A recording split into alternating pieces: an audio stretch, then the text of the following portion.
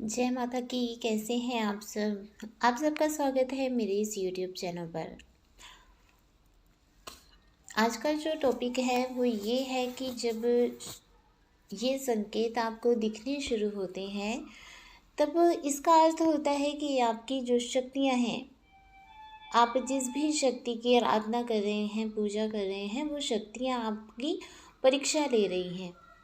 कौन कौन से वो संकेत हैं, उन संकेतों के बारे में जानेंगे हम इस वीडियो में। तो वीडियो में एंड तक बने रहिए।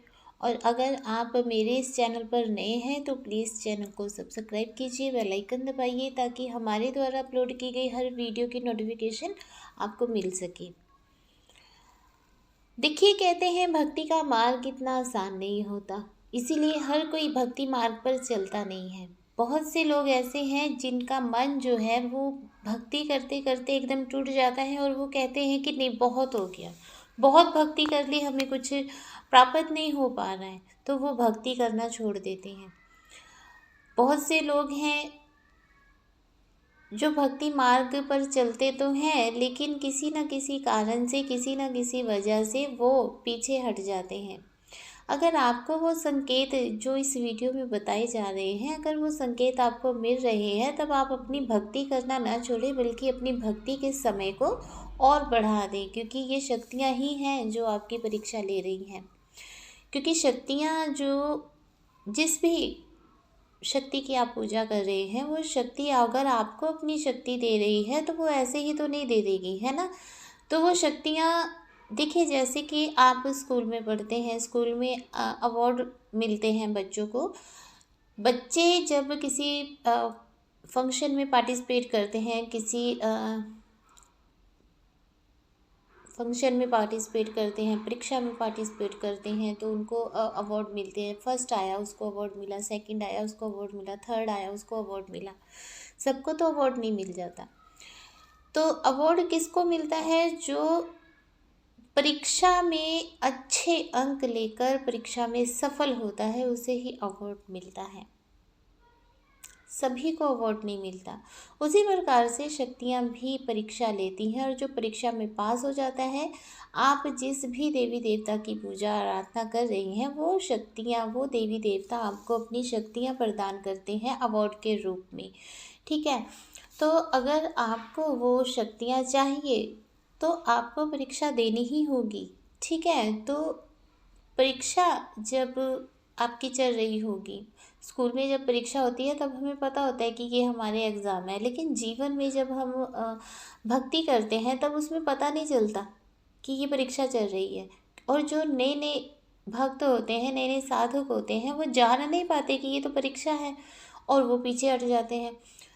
अगर आप भक्ति मार्ग में नए नए हैं और आपको ये संकेत मिल रहे हैं, तब आप जान जाइए कि आप अवार्ड जीतने वाले हैं। और वो अवार्ड क्या है? शक्तियाँ। वो शक्तियाँ आपको मिलने वाली हैं।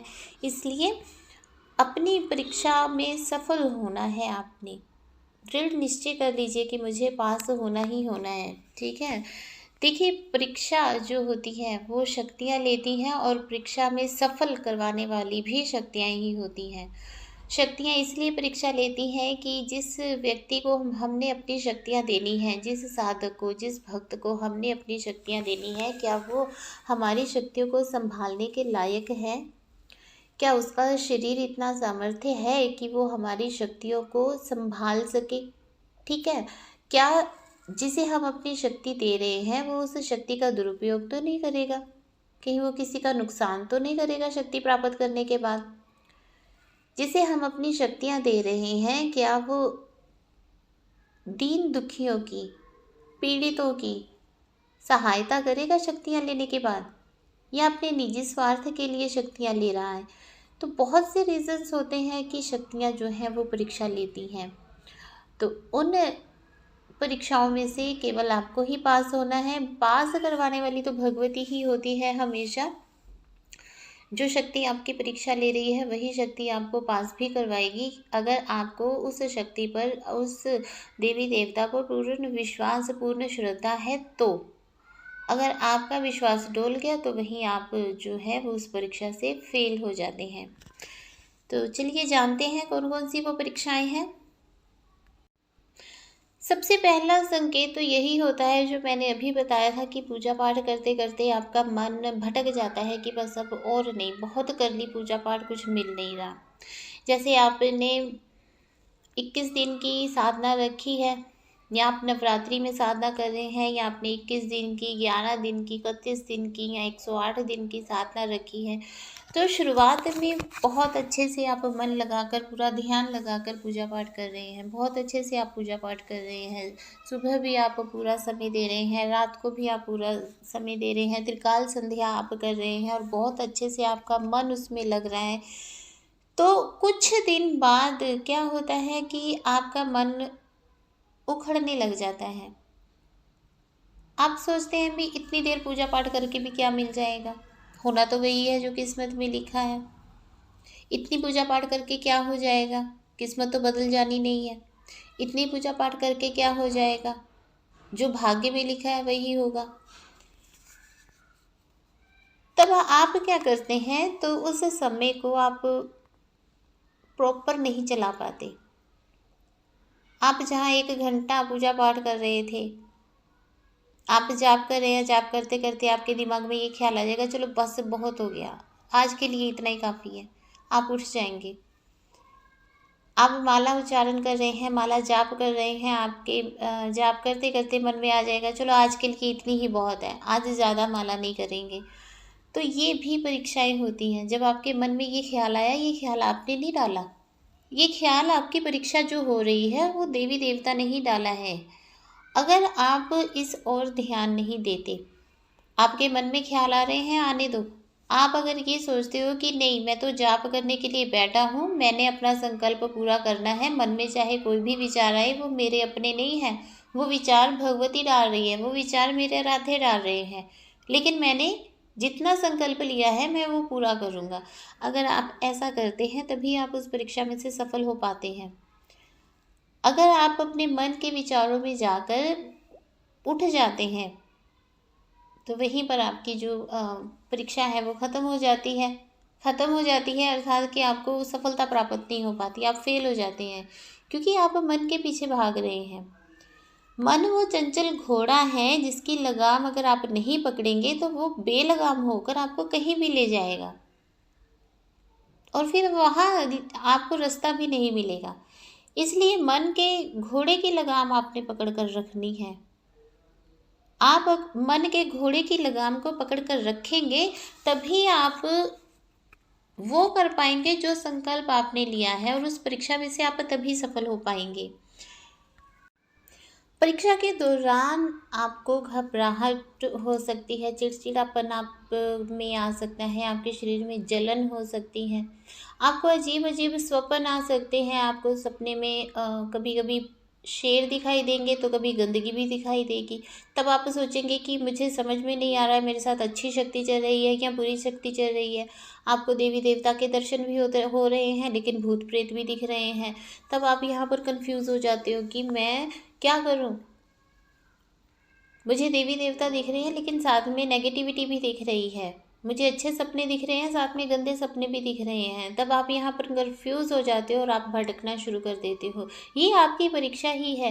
देवी शक्तियाँ आपको दर्शन करवा रही हैं अपने, लेकिन साथ में वो जो अलग अलग चीज़ें दिखा रही हैं वो इसलिए दिखा रही हैं कि ये आपकी परीक्षा है, क्या आप इसमें पास होंगे।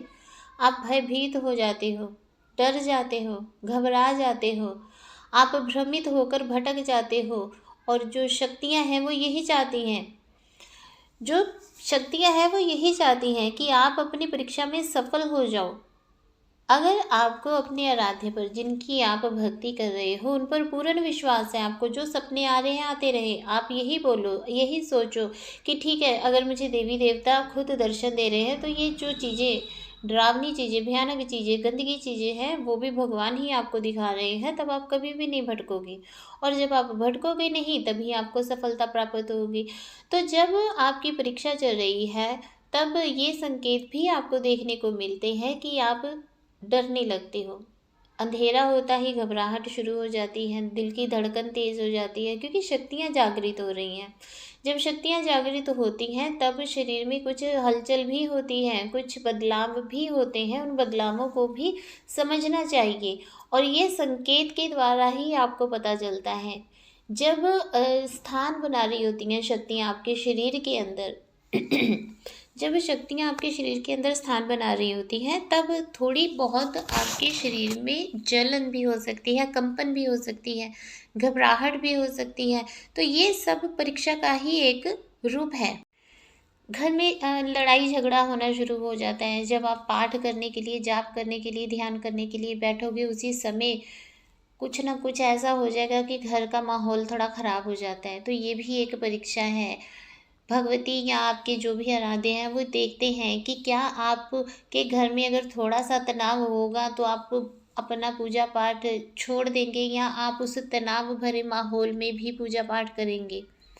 आपका झगड़ा किसी से हो जाता है उसी समय जिस समय आपने जाप करना है, तो क्या आप अपने झगड़े को ज़्यादा वैल्यू दोगे या अपने जाप के समय को वैल्यू दोगे कि नहीं, ये समय मेरा जाप का है, ये समय मेरा ध्यान करने का है, मुझे ध्यान करना है। आप किसे ज़्यादा इम्पोर्टेंस देते हो, ये भी परीक्षा है, इसे आप समझने की कोशिश करें। और जब आप इस चीज़ पर विजय प्राप्त कर लेते हो, यानी कि आप उस चीज़ को इम्पोर्टेंस नहीं दे रहे हैं जो एक पल के लिए आपके साथ है। एक पल के लिए साथ क्या है, वो झगड़ा।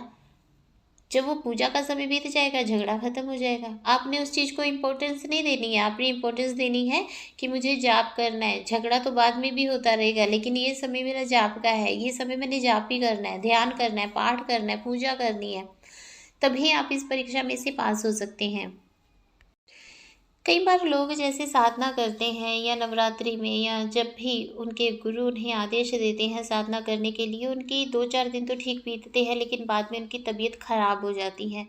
तो उन्हें लगता है कि मैंने जो ये साधना की है ये उसका दुष्परिणाम मुझे मिल रहा है, लेकिन ये आपकी परीक्षा है। एक बार मेरे साथ भी ऐसा हुआ था कि जिस दिन मेरा लास्ट डे था, उस दिन मैं इतनी ज़्यादा बीमार हो गई थी कि मुझसे पूजा नहीं की जा रही थी। तो मैंने अपने भाई को बोला कि आप मेरे नाम की पूजा कर दीजिए और मैं अपना मंत्रोच्चारण कर लूँगी। तो मेरे भाई ने कहा कि नहीं, ये तेरी परीक्षा है, मैं तेरे पास बैठ सकता हूँ लेकिन मैं तेरा कोई भी काम नहीं करूँगा, ये काम तूने खुद ही करने हैं, क्योंकि ये तेरी परीक्षा है और इस परीक्षा में से तूने ही पास होना है। तो इस प्रकार से जब साधनाएँ की जा सक हो रही होती हैं, तब हो सकता है कि आपकी तबीयत इतनी ख़राब हो जाए कि आपको लगे कि मैं अब पूजा नहीं कर पाऊँगा। तो आप लास्ट मोमेंट पर आकर फ़ेल हो जाते हैं। जितनी भी तबीयत ख़राब हो, आपने अपने संकल्प को पूरा करना है। अपनी जितनी दिन की साधना उठाई है, सेवा उठाई है, उतने दिन की सेवा आपने पूरी करनी है। और जब मैंने वो लास्ट मोमेंट की अपनी पूजा पूरी संपूर्ण की, उसके बाद मैं एकदम तंदुरुस्त हो गई, बिल्कुल मेरी तबीयत ठीक हो गई। तो ऐसा आपके साथ भी हो सकता है कि तबीयत बहुत ख़राब है, लेकिन आप हठ योगी की तरह डट कर बैठ जाए कि जितनी तबीयत खराब हो मैंने तो करनी ही करनी है पूजा। तब आप देखेंगे कि जैसे ही आपकी पूजा संपन्न होगी, आपका जो संकल्प है वो पूर्ण होगा, तभी आपकी तबीयत एकदम ठीक हो जाएगी, आप बिल्कुल निरोगी हो जाएंगे। तो ये सब साधना के दौरान होता है, ये सब परीक्षाएं होती हैं। भगवान के द्वारा परीक्षा ली जाती है कि आप अपनी सेहत को, अपने शरीर को ज़्यादा वैल्यू देते हो या साधना को, पाठ को, पूजा को, क्योंकि हमारे साथ हमारे शरीर ने नहीं जाना, मरने के बाद किया हुआ कर्म ही साथ जाता है। तो इसलिए आपने अपने शरीर को तवज्जो नहीं देनी है, तवज्जो किसे देनी है, अपने पूजा पाठ को। तो ये सब संकेत अगर आपको मिल रहे हैं, तबीयत खराब हो रही है पूजा के दौरान, घर में लड़ाई झगड़े हो रहे हैं पूजा के दौरान, या आपको कुछ अजीब अजीब सपने आ रहे हैं पूजा के दौरान, तो ये सब संकेत हैं कि परीक्षाएं चल पड़ी हैं, परीक्षाएं शुरू हो गई हैं और डट कर इन परीक्षाओं का मुकाबला आपने करना है और सफलता प्राप्त करनी है। तो ये आज का वीडियो था, आशा करती हूँ कि आपको अच्छे से समझ आ गया होगा। कोई भी आपका प्रश्न हो तो आप मुझे व्हाट्सअप कर सकते हैं, ईमेल कर सकते हैं या आप कमेंट कर सकते हैं। जय माता की, खुश रहिए, खुशहाल रहिए।